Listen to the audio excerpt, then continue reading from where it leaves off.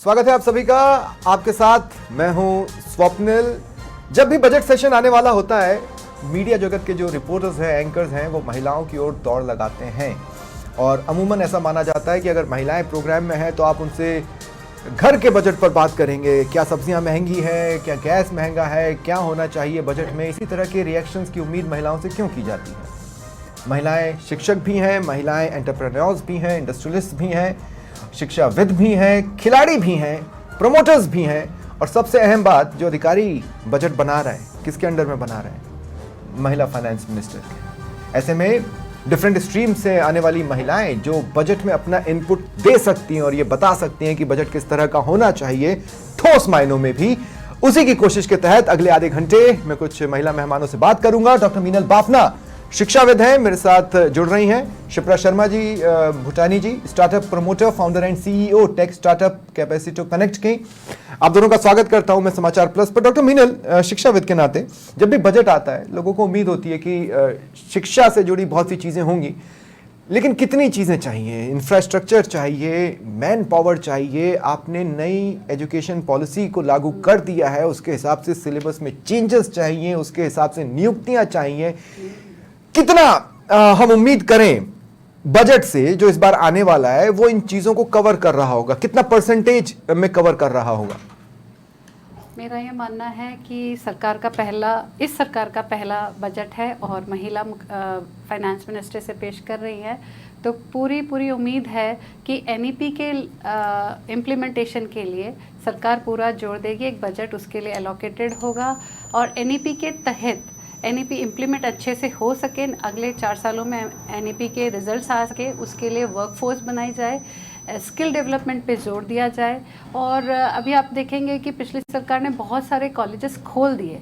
केवल कॉलेज नहीं खोले जाएं, वहाँ आधारभूत सुविधाएं भी दी जाएं, टीचर्स भी हों। और मैं तो ये कहूँगी कि सरकार को बजट के लेकिन कोई भी नया सिस्टम जब आता है, कोई भी नई पॉलिसी आती है, उसे एक जर्क से गुजरना पड़ता है। यहाँ पर जर्क ये होगा कि सडनली आज जो 5th क्लास में है वो सडनली एनईपी के साथ 5th क्लास में जा रहा है, या कॉलेजेस में जो है वो suddenly 2nd year 3rd year में वो ऑटोमेटिक एनईपी के साथ जा रहा है। उसने पहला ईयर उससे नहीं कवर किया है। नहीं, जो एनईपी लागू की गई है वो बेसिकली स्कूलों में 3rd क्लास से लागू की गई है और हायर एजुकेशन में भी 1st ईयर से ही लागू की गई है। 2nd ईयर 3rd ईयर वाला बच्चा अपना जो रूटीन पुराना सिस्टम था उसी को फॉलो कर रहा है।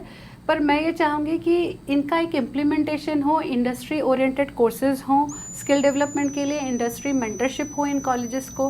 केवल कॉलेजेस ना खोले जाएं, उनका जो वास्तव में रिजल्ट आए, एक हमारे पास वर्कफोर्स डेवलप हो जो स्किल्ड हो। क्योंकि आज बेरोजगार तो बहुत सारे हैं जिन्होंने डिग्रियां बहुत ले ली है, राइट, पर उनका एक्चुअल में उनके पास रोजगार आए और वो तभी होगा जब स्किल डेवलप्ड हो और इंडस्ट्री की नीड्स को पूरे करते हुए। इसकी बात करता है, एनईपी इसकी बात। लेकिन मैं फिर एक बार कह रहा हूँ कि हमको उसके हिसाब से सिलेबस चेंजेस हमें देखने होंगे, हमें इंफ्रास्ट्रक्चर देखना होगा।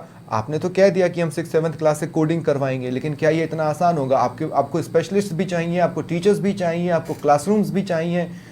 ये इसे देखते हुए कितनी चीजों को ये बजट समाहित कर पाएगा? 20%, 30%? जो सरकार अपना बजट पेश करे वो इस इम्प्लीमेंटेशन के तहत एटलीस्ट 35% का जो बजट है वो एजुकेशन की तरफ दे, क्योंकि ये एजुकेशन आधार है भारत के विकसित होने के लिए। तो सरकार से उम्मीद है कि वो इस चीज पर अभी से अपने पहले बजट से ही इसे लागू कर दे। ठीक है शिप्रा जी, बड़े बड़े इंडस्ट्रियलिस्ट बजट की तरफ देखते हैं, एंटरप्रेन्योर्स भी देखते हैं।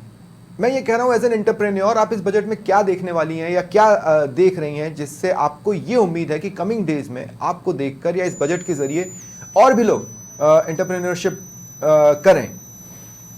स्वप्निल सर, आपने बहुत सही बात कही। मैं एक एग्जांपल देना चाहूँगी कि तमिलनाडु, महाराष्ट्र, कर्नाटका में स्पेशल पैकेजेस बनाए जाते हैं वुमेन एंटरप्रेन्योरशिप को डेवलप करने के लिए। उनके लिए इंक्यूबेशन सेंटर्स बनाए जाते हैं, उनको टैक्स रिलैक्सेशंस दी जाती हैं, उनको मेंटर्स प्रोवाइड किए जाते हैं। राजस्थान प्रदेश हमेशा से अपने व्यापारियों के लिए प्रसिद्ध रहा है। यहाँ की मिट्टी से निकले हुए लोग London, America, Europe, Mumbai, Calcutta में बहुत नाम कमा रहे हैं। तो क्या ये नाम महिलाएं नहीं कमा सकती?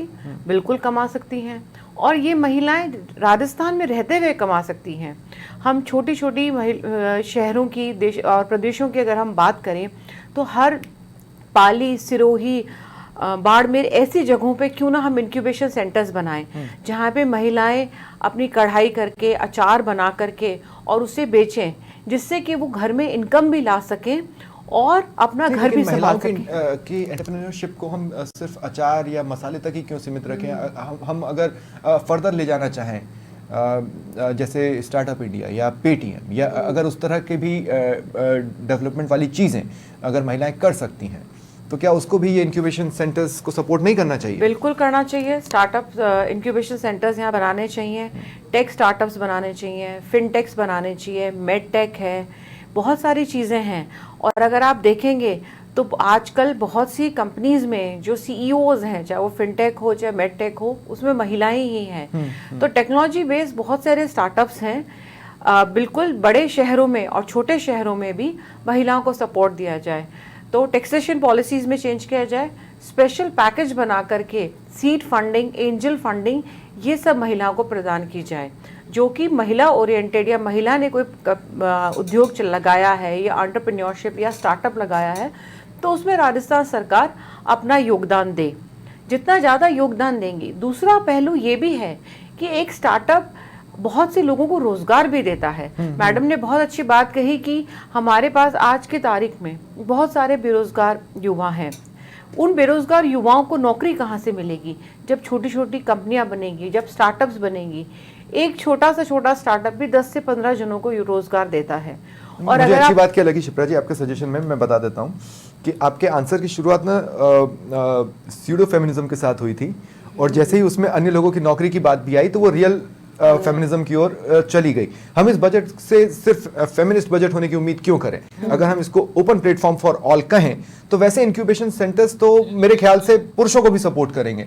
अगर हम वो कोई टाइप का मॉडल अगर उसमें लाने की कोशिश करें तो बिल्कुल करेंगे। पर फिर से मैं ये कहना चाहूंगी, क्योंकि लोगों में, महिलाओं में और समाज में थोड़ा सा एक बॉटलनेक है महिलाओं को लेके, तो थोड़ा सा पुश उन्हें डेफिनेटली चाहिए, थोड़ा सपोर्ट उनको डेफिनेटली चाहिए, स्पेशली स्टार्टअप्स और अपना कोई भी इंक्यूबेशन या कोई भी प्रोजेक्ट लगाने के लिए। फायदा तो पूरे देश को, पूरे प्रदेश को होगा, उसमें महिला और पुरुष दोनों ही होंगे। पर इनिशियली ये सपोर्ट सिस्टम और सीड फंड एक सरकार बनाए, स्पेशली जब वो खुद एक महिला हैं और दिया कुमारी मैडम खुद एक दिया फाउंडेशन चलाती हैं जहाँ पे वो बहुत इस तरह का काम करती हैं। तो मेरा उनसे यही निवेदन है कि महिलाओं की तरफ, विशेषकर जो उद्योग की तरफ है और जो एंटरप्रेन्योर्स हैं। ठीक है सर, मैं इसमें जोड़ना चाहूंगी कि जैसा ये बता रहे हैं ना, मैं हमारा भी एक कॉलेज के थ्रू एक प्रोजेक्ट है जिसमें हम ट्राइबल्स को सोलर जो डिवाइसेस हैं उनका फैब्रिकेशन, रिपेयर और मेंटेनेंस सिखाते हैं। तो मेल मेंबर तो सीखने में बड़े जागरूक होकर के बाहर निकल आते हैं, हमारे साथ ट्रेनिंग में आ जाते हैं, पर यही चीज़ें जब हम महिलाओं के लिए करते हैं तो उनको ये रहता है कि ये कैसे जाएंगी, ये घर छोड़ के कैसे जाएंगी। तो यदि सरकार अपने बजट के थ्रू फिजिकली और मेंटली वो बेटर सूटेड हैं इस पर्टिकुलर ट्रेनिंग के लिए, दोनों बराबर है, जेंडर न्यूट्रल होकर के हम ट्रेनिंग दे रहे हैं। तो मगर वो क्या होता है, परिस्थितिजनक सामाजिक रूप से हमने उन्हें बांध रखा है। तो यदि सरकार अगर स्कीम्स देती है तो स्कीम के तहत अपने आप ही उन्हें निकलने का एक अवसर प्रदान होगा। तो हम उम्मीद करेंगे कि सरकार हमारी बात सुने और इस चीज पे गौर करके अपने बजट में प्रावधान रखे। मोनिका सारडा जी डायरेक्टर हैं JCCA यानी Jaipur centre for culture and art की, मेरे साथ जुड़ रही हैं। गंगोत्री चौहान पूर्व रणजी खिलाड़ी हैं, चेयरपर्सन है women cricketer selection committee RCA की। आप दोनों का भी स्वागत करता हूं मैं समाचार प्लस पर। मोनिका जी, मैं आपसे शुरुआत करूं। अमूमन बजट के थॉट प्रोसेस में आर्ट साइड कम ही आता है। आखिरी बार मेजॉरिटी में जो आया था वो भी बजट सेशन में नहीं आया था जब फिल्म इंडस्ट्री को इंडस्ट्री का दर्जा दिया गया। मैं आपसे ये बोल रहा हूं कि बजट कहां चूक रहे हैं आर्ट एंड कल्चर को लेकर। राजस्थान में लाइक अगर टूरिज्म की भी बात की जाए तो see it is on the number 7th। तो कहीं ना कहीं मुझे लगता है कि बजट शुड बी इंक्रीज, और specially like see art and culture में अपने पास सब कुछ है, we have everything in Rajasthan, but still we are on number 7 on the tourism basis. तो we should have few different things so that कि tourism बढ़े, और उसमें आर्ट इज लाइक कुछ है जो सबसे ज़्यादा ज़रूरी है। तो उसके लिए प्राइवेट आर्ट गैलरीज को भी कहीं ना कहीं बिल बोर्ड और इधर उधर जगह मिलनी चाहिए, because we are also trying to develop artist. So this is what I think कि it should be in place. मैंने एक फिल्म में एक डायलॉग सुना था कि कला को शहर की नहीं बल्कि शहर को कला की ज़रूरत होती है। उसी को अगर प्रदेश के स्तर पर देखा जाए तो प्रदेश को भी कला की ज़रूरत है।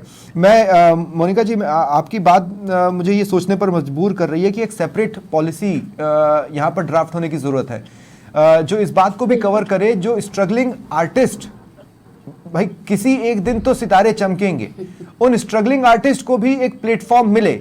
आप अगर बेरोजगारी भत्ता सोच सकते हैं तो स्ट्रगलिंग आर्टिस्ट के लिए भी किसी तरह की कोई चीज सोची जा सकती है, वो चित्रकार हो, कलाकार हो, वो अदाकार हो या अदाकारा हो, इन सारी चीजों को समाहित करते हुए।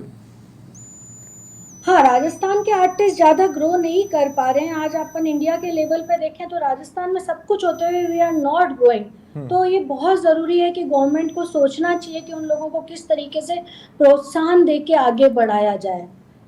सो we are also trying on our basis. JCC art gallery अभी नई खुली और हम लोग कोशिश कर रहे हैं कि आर्ट को हम लोग बढ़ावा दें और आर्टिस्ट को आगे लाएं, और हम चाहते हैं कि गवर्नमेंट भी हमें इस काम में पूरा सपोर्ट करे। तो आर्ट साइड से जो चेहरे, ये जब बजट बनता है, डिस्कशन प्लेटफॉर्म्स बनते हैं जिसमें खुद सीएम या फाइनेंस मिनिस्टर या अधिकारी बातचीत करते हैं, वो क्या सजेशंस लेकर जाते हैं, उनमें से कितना परसेंटेज वो बजट में शामिल हो पाता है?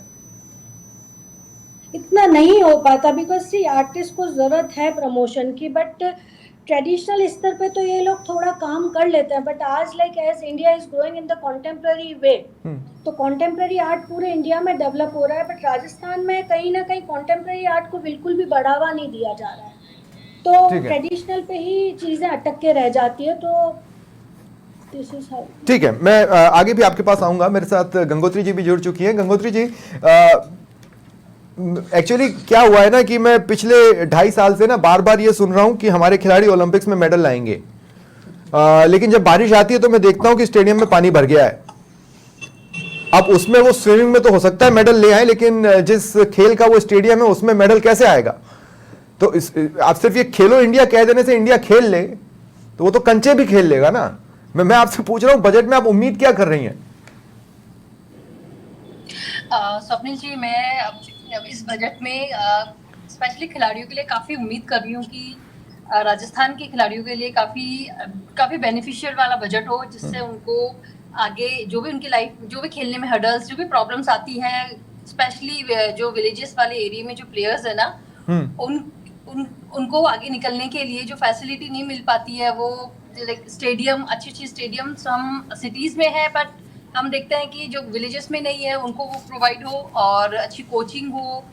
और स्वप्निल जी, एक चीज़ है कि राजस्थान में विमेन और मेंस में हम देखें तो विमेन्स के लिए एक जॉब सिक्योरिटी की मैं की ओर से कहना चाहूँगी सभी प्लेयर्स की तरफ से कि विमेन्स के लिए जॉब सिक्योरिटी आज भी स्पेशली क्रिकेट वाले गेम में नहीं है। अगर नेशनल्स में क्वालिफाई करती है विमेन तो उन्हें कोई सिक्योरिटी नहीं मिलती, क्योंकि राजस्थान का अगर हिस्ट्री उठा के देखते हैं तो विमेन क्रिकेट में अभी अगर हमने क्वालिफाई भी किया है तो हमें जॉब्स का कोई सिक्योरिटी नहीं है, जॉब्स नहीं लग पाती है। तो बच्चे कैसे आगे आएंगे? तो कहीं ना कहीं उनके लिए सिक्योरिटी होना बहुत जरूरी है कि गवर्नमेंट इस तरफ भी अगर देखे कि टैलेंट तो राजस्थान में भी है, तो ये चीज मैं कहना चाहूँ। लेकिन फिर उसमें फिर एक पॉलिसी की जरूरत है। मैं चाइना का एग्जांपल यहाँ पर दे सकता हूँ, कैसे वहां पर 2.5 साल की उम्र से एक बच्चे को किसी एक स्पोर्ट्स के लिए किया जा सकता है। वो 2.5 साल में ही समझ में आ जाता है कि वो बच्चा किस स्पोर्ट्स में जाने की क्षमता रखता है, उस तरह का कोई मॉडल। लेकिन एक्सपोजर की भी तो कमी है गंगोत्री जी। मैं आपको बताऊं, आप राजस्थान में घूमकर पूछिए सेपक तकराव क्या है, मैं आपको गारंटी देता हूं 95% लोग नहीं बता पाएंगे कि ये भी एक स्पोर्ट्स है जो कि बड़े स्तर पर दुनिया में खेला जाता है। ऐसे बहुत से गेम्स हैं जिनका कोई एक्सपोजर नहीं है। और हम अभी भी जब ग्रामीण ओलंपिक्स या इस तरह के आयोजन जो सरकार की तरफ से होते हैं उनको देखते हैं तो उसमें देसी खेलों की बाढ़ सी आई हुई है, जो कि और भी ज्यादा देशज जगहों पर खेल लिए जाते हैं।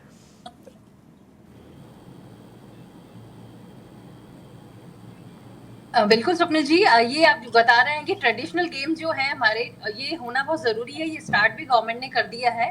ये बहुत अच्छी शुरुआत है कि इससे प्लेयर्स बहुत सारे निकल के आ रहे हैं। अब अगर हम देखो खेलो इंडिया हो या फिर ये ग्रामीण ओलंपिक स्टार्ट हुए हैं, इसमें कितनी मतलब हजारों की संख्या में लोग इंटरेस्ट ले रहे हैं स्पोर्ट्स में। बट इसको मैं चाह रही हूँ कि सिर्फ यहीं तक सीमित नहीं करे कि बस एक हमने बहुत बड़ा इवेंट कर दिया, एक ओलंपिक करा दिया या खेलो इंडिया है, तो इसी से आगे भी जो टैलेंट निकल रहा है उनका जो कंटिन्यूटी है, मोमेंटम है, इसको बरकरार रखते हुए उनको अच्छी ट्रेनिंग दी जाए।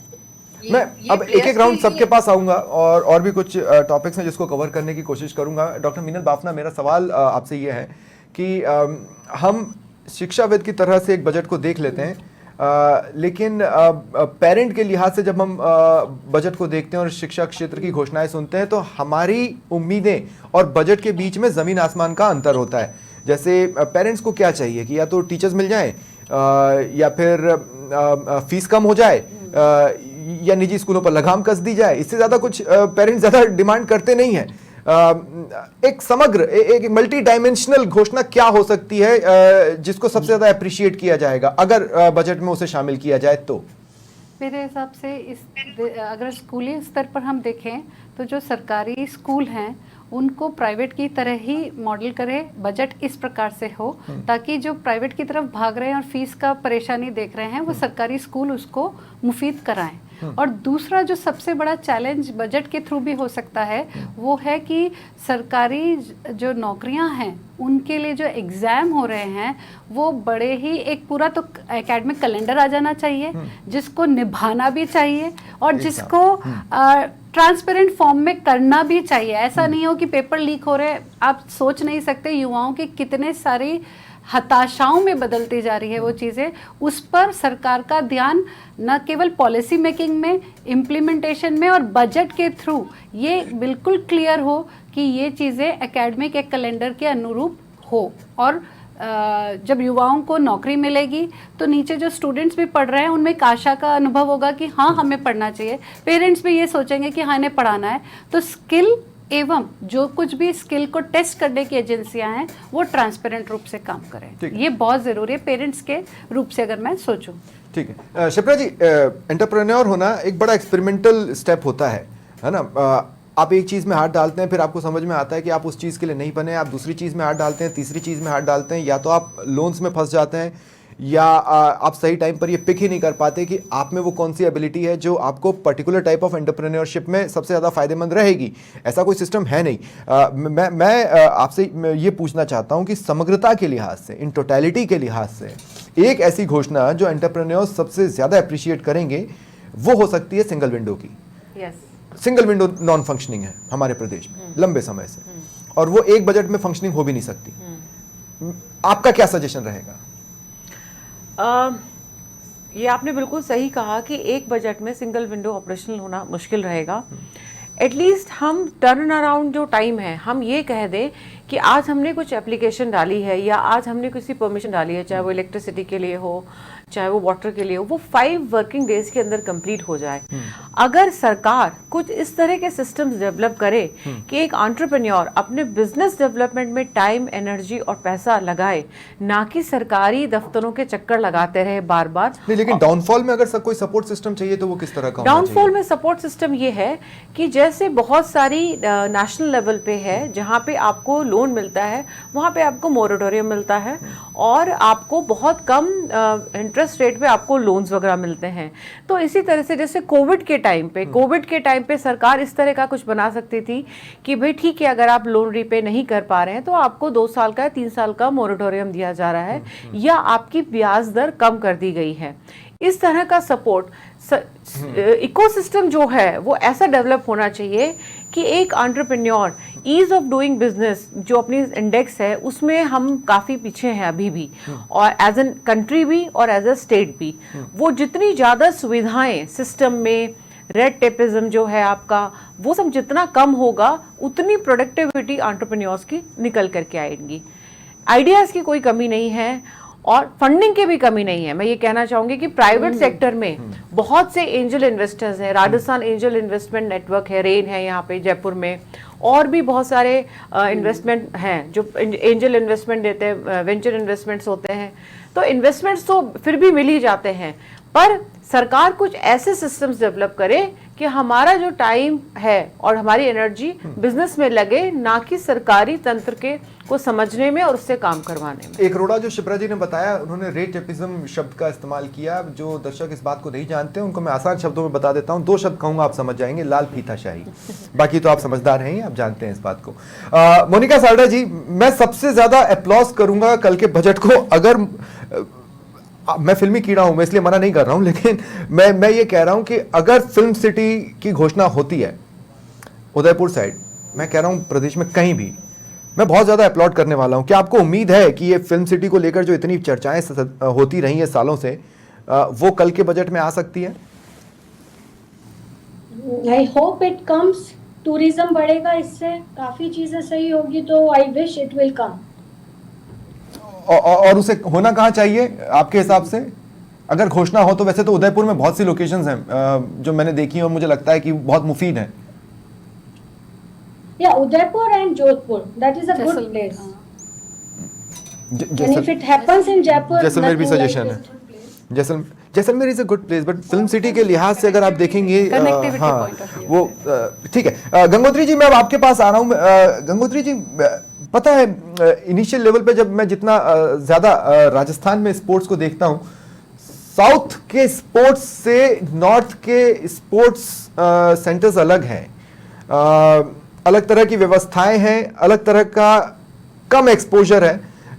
साउथ में सिंसियरिटी ज्यादा है, नॉर्थ में थोड़ी कम है। अब मैं ये बोलना चाहता हूं कि अगर मान लीजिए किसी को चोट लग गई और वो एक बहुत बेहतर प्रोस्पेक्ट है, तो उसे अपने ही खर्चे पर इलाज कराना है। स्पॉन्सरशिप से तो हम अभी कोसों दूर हैं, और खेल नीति भी हमारे आगे बढ़ने में बहुत बड़ा रोड़ा बनती है। अब वक्त आ चला है कि नई खेल नीति भी सोची जाए राजस्थान के लिए।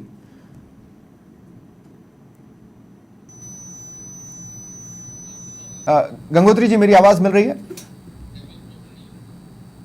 ठीक है, चलिए, मेरा उनसे संपर्क नहीं हो पा रहा है, लेकिन अमूमन जिन टॉपिक्स को हमने इस चर्चा में अब तक शामिल किया, उसने मोटे तौर पर जो बात सामने रखी है वो यही रखी है कि देखिए, हर चीज की शुरुआत एक पॉलिसी से होने की बहुत ज्यादा जरूरत है। तकरीबन हर फील्ड में या तो पॉलिसी या स्टेप्स उठाने का कम से कम एक ऐसी चीज दिखे कि हाँ, ये पहला कदम उठाया जा रहा है। कदम एक उठता है, उसके बाद कारवां बनता है और कदम आगे बढ़ते चले जाते हैं। वैसा ही कोई सिनेरियो यहाँ पर बनता महसूस होगा। बहुत बहुत शुक्रिया आप सभी का मेरे साथ जुड़ने के लिए और इस चर्चा में शामिल होने के लिए। आप सबका भी फिलहाल इतना ही। नमस्कार।